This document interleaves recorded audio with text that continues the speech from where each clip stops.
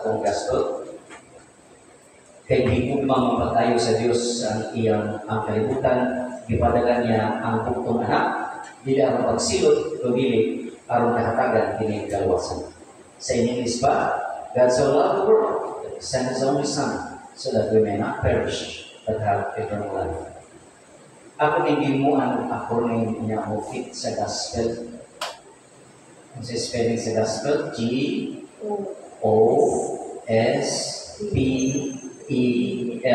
Arita sa G, God sent. God sent His. Narita sa O, only Son. Ang S, sabi ang O is ang only Son. Gospel man, G. Tapos kundi, G, God sent His only Son so that we may not perish but have eternal life. Tukmak kayo mo kaya ang gospel is really mura mo giniminsahe sa gospel kung samari. Nasulat ni kaya nanaog ang Ginoo kay ipadala ang naluwas sa ang kita maadto sa impyerno. Maura giniminsahe sa gospel. Sa tanang basa ko nila, upang tanong mo sa inyong katikisip teacher mo sa samari sa Bible, ora din ma'am, istorya ang Ginoo na higupas kalibutan, ibadayan ang buong anak, aron kita dili maalao na perish, kundi aron ato ang kinabuhing dahil. Ang problema na sa aning Ginoo ba kay kanang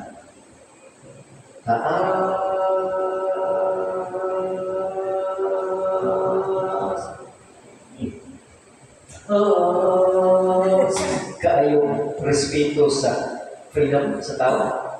Grabe respeto sa freedom sa tao. Ngayon na ka nga ay kilap-tilap na lingaw. Kaya magpagsako.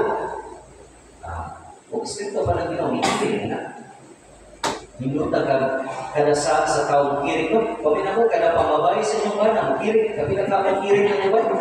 Kada pamabay ng Ginoo. Pero, ang Ginoo, taas, kaayo, respeto sa kagawasan sa tao. That's why, my friends, thank God for your freedom. Kaya bapak niya respeto rin yung freedom. Kada libang inyo, tugkag lisay ang inyong liog. Kinsa kayo magpinta sa lisay na ito. Sabi ni Pakay, 24 hours.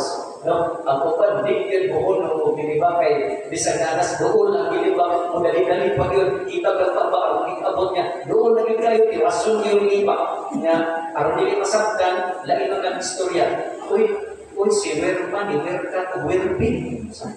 Iyan, pag-ibig ka magsungkian ba? Para hindi makagets ang ibang-iba. Si Werman, Werpin. Weryan sa Werjak. Wala na, di pa mo na din nag-wear. Si Wilma ko nung ikakat sa lubi, na wag inak pa kay William si Guardian. Si Wilma, wear ka, wear me. Wala di wear pa kay William sa Guardian. Anak naman ang ipakira, kanang ito kayo mo indinto, makatibak sa paagi, ano makalibak sa tao, na hindi makasabot yung tao, ang niagi, mo ulit din ang ilibak. Kung ang Ginoo, di pa mo respeto sa freedom, wag na. Nagkwintas na. Lisay, abot na tingali sa tuod ang ikwintas ka lisay sa linibakay.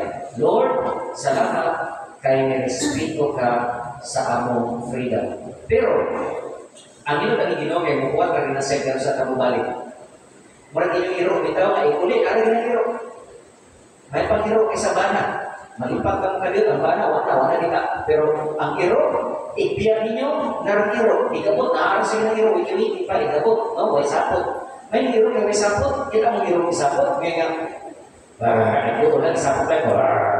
Hindi na ang iro. Ang iro, mayroon kita mood firme. Ikabot sa amo, wiki-wiki, dinag-ikong. Sa imo pa ng kasapan, mukyutot lang ng kuwan. Anak na, pero di kita mong dumot ang iro ni mo. Kaya ikaw ang pagod ng iro. Sorry, ang iro para. So, muna nga, muhuwag ka Ginoo o kano sa ka mo balik. Mo magani, nga magtukod kita simbahan sa mga parokya aron nga naay balikan ang mga tao nga mabuot mo balik sa Ginoo. Ug salamat sa Dios, magsaulog na ta sa atong ika-57 nga anibersaryo. Ug pagkabulahan ninyo kay kini atong simbahan dinhi sige improve. Pero sige mga parit nga makugihan nga masahin diri karon na ipatas-an sa ni Paramar ang atong isabi kay balay gani sa Dios kanya nganong ato bang tihikan no karon ato ni sa vida kay may dekorasyon na to kita na po langit kita na to kung sa likod ang hinihibuan so ato nag-iisiratan I think butangan niya o stained glass may tagmahuman isa ni pa adi may mahuman sa pista pero king mo palit na ay stained glass sa pista hindi malang hindi pa kaya ang mga pista pero kanino itong tao pag anniversary nito na to naman pero sila minut na kayo congratulations kay ang rekablo minut na kayo na si Archbishop Palma gininari pati yun di pa yung Archbishop Palma sa kadamay sa atong barangay nakapahimong tao kalo sa Ginoo minut kaayo nga simbahan ang iso ng pare ka man go binahinay na po ni karong tuig magbinahinay naman balinon ka na sa Kalmar balinon po na kanya kaya magbulan nila yung mga pare, kamong yun. Kamong ginagadiri. Kamong ginagadiri. So, ang pare, mag-usap-usap na siya, pero kamong yun mo iya sa parokya. Una nga, ato ginit na kimanon, ang atong simbahan, ang mga bata, tudlugi sa pagsimba. Kaya, kung sa resulta, ang mga bata, wala tudlugi, tanawa, pilay ba tanong nga naadiri. Maabot ang panahon, wala na din maniba, na naman. Kaya mga bata, tuwa naman nagsimba sa ilang Facebook, tuwa na sa TikTok, tuwa na sa kung saan ang mga Game of Thrones, kung saan ang mga duwaan nila, lahi na isimba, dili na ang atong Ginoo ng simbahan. Bisag ka mo kayo sa akin, di ba? Magpasalamat mo atong sa Facebook. Thank you, Lord. Ginagalawan ko kuan. Thank you, Lord.